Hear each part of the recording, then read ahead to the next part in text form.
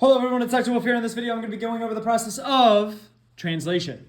So this process is going to be happening right after transcription, where DNA, a gene, was transcribed in the nucleus to make an mRNA molecule, which now travels out into the cytoplasm. Specifically, it's going to a ribosome. So here's our ribosome right here. Now, specifically the mRNA, it's not shown here, but there's that 5 cap. That's going to recognize the lower subunit of my ribosome is going to recognize it. It's going to attach to the lower subunit. Then the larger subunit's going to come over right here. Okay. So what we need to do is we need to translate this genetic language into a amino acid language. All right. How we're going to do this is we have these codons, just 3 sequences of bases that code for just one amino acid, and this AUG is always going to be our start codon. All right. Now, how's it going to know? By the way, AUG codes for methionine. How does methionine know to come over here? All right. It's going to be with the help of these tRNA molecules. All right. And these tRNA molecules, depending on the sequence they have on this side, are going to pair up to a specific amino acid. Now, how they do that is with the help of an enzyme called aminoacyl tRNA synthetase. All right, and what's going to happen is you could see how the substrate could fit perfectly right here. This amino acid could fit perfectly right here. All right, and with the help of ATP, that's going to form a bond where my amino acid can now be on this tRNA molecule. Now, it's not just any amino acid. There's other aminoacyl tRNA synthetases that would help bring serine with this specific tRNA with this sequence, and so on and so forth. So I have my tRNA molecules here.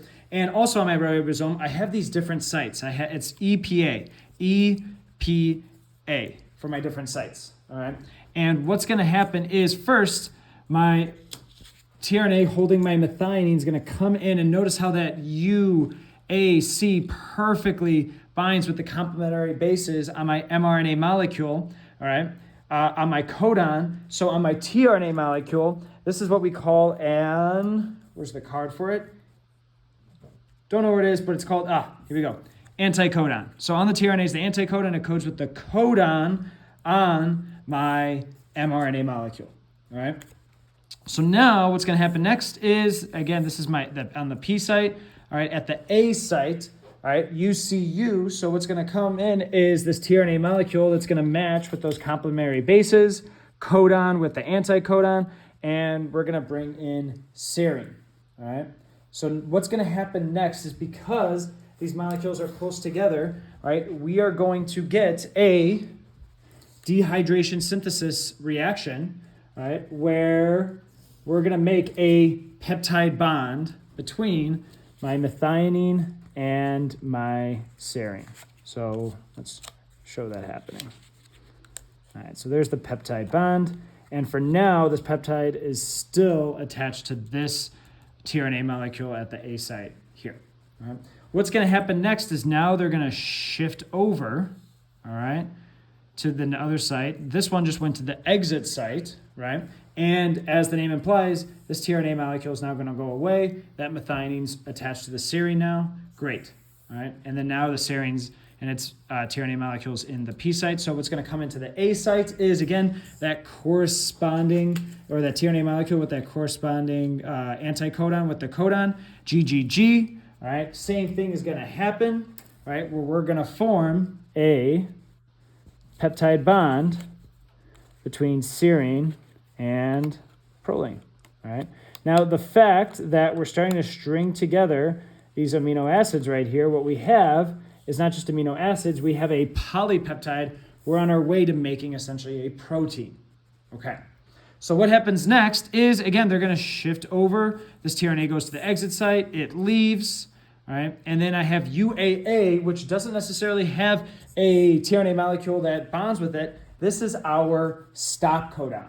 When this happens, that signals my my ribosome to essentially just kind of dissociate like this.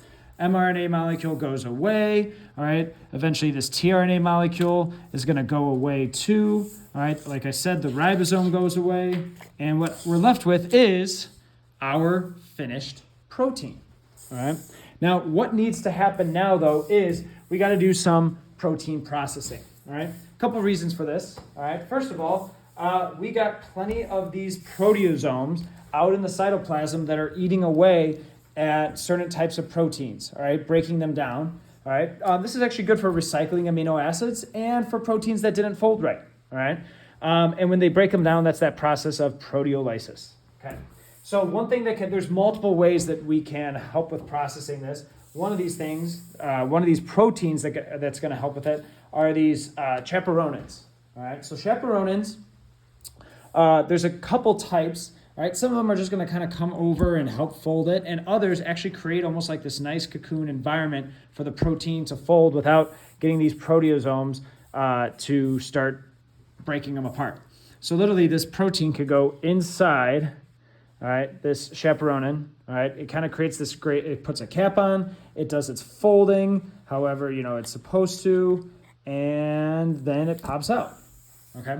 Now a couple other things we could do to this protein is we can add a methyl group through methylation. We can add a phosphate group through phosphorylation, a acetyl group through acetylation. All these things are just going to cause the protein to form its tertiary structure, its finished product, a little bit more. All right. Also, what we could do, and this would happen in the Golgi apparatus, is we could add maybe some carbohydrates.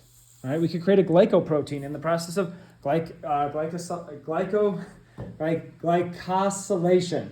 All right. So these are all ways we could process our protein, how we make our protein. Thanks for watching.